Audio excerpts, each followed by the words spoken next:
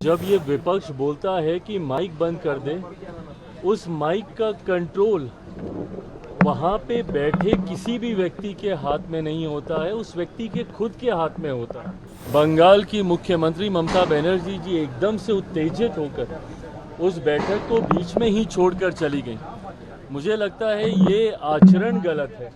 उस बैठक में मैं भी मौजूद था और ये सरासर गलत इल्ज़ाम है कि किसी का माइक वहाँ पे बंद कर दिया गया।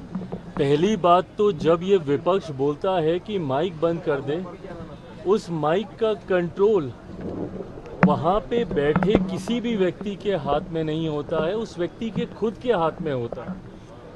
ना लोकसभा में, ना राज्यसभा में, ना ऐसी किसी बैठकों में। ऐसी बैठक में माइक सामने लगा होता है, ऑन ऑफ का स्विच सामने ही होता है। तो ये बात बोलना सरासर झूठ है जब कोई ये बोलता है कि मेरा माइक बंद कर दिया गया। हाँ, हर मुख्यमंत्री को, क्योंकि समय की बाध्यता थी, ओपन एंडेड अगर डिस्कशन को रखा जाता तो संभवतः हफ्तों तक ये बैठक ही चलती रहती। ऐसे में हर मुख्यमंत्री से ये विनम्रता पूर्वक आग्रह किया गया था कि अपनी बातों को संक्षेप में एक तय समय सीमा के भीतर रखा जाए। जब वो समय सीमा पूरी हुई, सिर्फ एक रिमाइंडर के तौर पर उनको ज़रूर, जैसे तमाम मुख्यमंत्री को दोबारा से नोटिफाई किया गया कि भाई आपका समय समाप्त हो रहा है, इस तरीके से। बट उसके बाद जिस तरीके से बंगाल की मुख्यमंत्री ममता बनर्जी जी एकदम से उत्तेजित होकर उस बैठक को बीच में ही छोड़कर चली गई, मुझे लगता है ये आचरण गलत है। अगर आपको अपनी बात को रखना भी है, कोई नाराज़गी भी है, तो आप वहीं पे रखती ना, बोलती कि अभी मुझे और बोलना है, मुझे और कहना है। हम सब वहाँ पर मौजूद थे।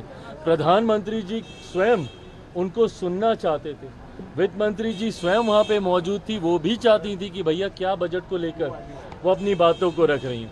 बट जिस तरीके से उनका आचरण था, इससे ऐसा लगता है कि विपक्ष की पहले से ही ये सोची समझी एक रणनीति का ये हिस्सा था कि वो जाएंगी, हंगामा खड़ा करेंगी और नीति आयोग जिस मकसद के साथ हम लोग वहाँ पर बैठे थे, उसके मकसद को डाइवर्ट कर सिर्फ अपनी ओर पूरा ध्यान केंद्रित करने के उद्देश्य से ये इस तरीके की कार्रवाई की गई है। कांग्रेस के साथ 4 सीएम ने बैठक को अटेंड नहीं किया, कहा बॉयकॉट कर दिया, और उन्होंने कहा कि हमारे साथ बाकी स्टेट के साथ नाइंसाफी हुई है जिस तरीके से बजट आया है। भाई मेरी समझ के परे है। अगर आपको ऐसा लगता भी है, किसी भी राज्य को अगर ऐसा लगता है कि उनके साथ नाइंसाफी हुई है, तो यही वो उचित फोरम है ना। नीति आयोग की बैठक ही वो मंच है जहां पर जाकर आप प्रधानमंत्री जी के समक्ष अपनी शिकायतों को आप रख सकते थे। इस मंच पर जाकर अपना ऐतराज़ आप दर्ज करा सकते थे, अपनी आपत्ति आप दर्ज करा सकते थे। और जो लोग ये बोलते हैं कि हम लोग के साथ भेदभाव हुआ, पहली बार देश में एक ऐसा बजट एक लंबे समय के बाद देखने को मिला जिसने पिछले 10 सालों में देश की मजबूत होती अर्थव्यवस्था का लाभ जनता को पहुंचाने का काम किया। इसमें जहां प्रमुखता से देश के गरीबों का जिक्र किया गया, अन्नदाता का जिक्र किया गया, नारी शक्ति का जिक्र किया गया, युवा शक्ति का इसमें जिक्र किया गया। ये ऐसे सेक्टर्स हैं जिसमें प्रमुखता से उनको लाभ पहुंचाने के लिए योजनाओं की और राशि की घोषणा की गई। जो राज्य कहते हैं कि उनके साथ अनदेखी हुई, क्या उनके राज्य में गरीब नहीं है? क्या उनके राज्य में महिलाएं नहीं हैं? क्या उनके राज्य में किसान नहीं हैं? क्या उनके राज्य में गरीब वर्ग से आने वाले युवा हो, महिलाएं हो, किसान हो, क्या ये लोग नहीं हैं?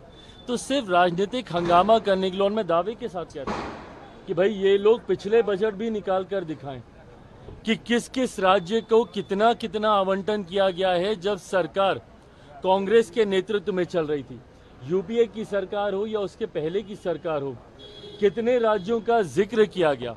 और मुझे ताज्जुब तो सबसे ज़्यादा राजद और कांग्रेस पर होता है। क्या राजद को खुशी नहीं होनी चाहिए कि भैया बिहार को एक बड़ी राशि आवंटित की गई है, इंफ्रास्ट्रक्चर डेवलपमेंट को लेकर हो, यहाँ पर सड़क को लेकर हो, पुल के निर्माण को लेकर हो। बिहार की सबसे बड़ी समस्या बाढ़, जिसका जिक्र हमेशा मैंने बिहार फर्स्ट, बिहारी फर्स्ट के माध्यम से मैंने किया।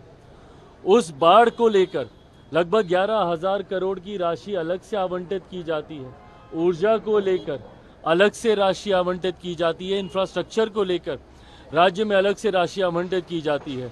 तो भैया अगर बिहार जैसा राज्य, जिसके लिए लंबे समय से हम लोग भी मांग करते थे भैया कि बिहार को विशेष राज्य का दर्जा मिलना चाहिए, बट स्पेशल कैटेगरी स्टेटस जब तक नहीं मिलता है, ये मांग भी हम लोग की थी कि बिहार को एक स्पेशल पैकेज मिलना चाहिए। आज मैं धन्यवाद करूंगा माननीय वित्त मंत्री जी का, और विशेष तौर पर मैं धन्यवाद करूंगा मेरे प्रधानमंत्री आदरणीय नरेंद्र मोदी जी का। मैं अपनी तरफ से, अपनी पार्टी लोक जनशक्ति पार्टी रामविलास की तरफ से प्रधानमंत्री जी और वित्त मंत्री जी का धन्यवाद करूंगा कि एक लंबे समय से जो बिहार और बिहारियों की मांग थी, उस मांग को सुना गया है, उस मांग को पूरा किया गया है। अगर इस पर भी अगर राजद और कांग्रेस को अगर ऐतराज है, तो ये वही लोग हैं जो कतई बिहार का विकास नहीं चाहते हैं।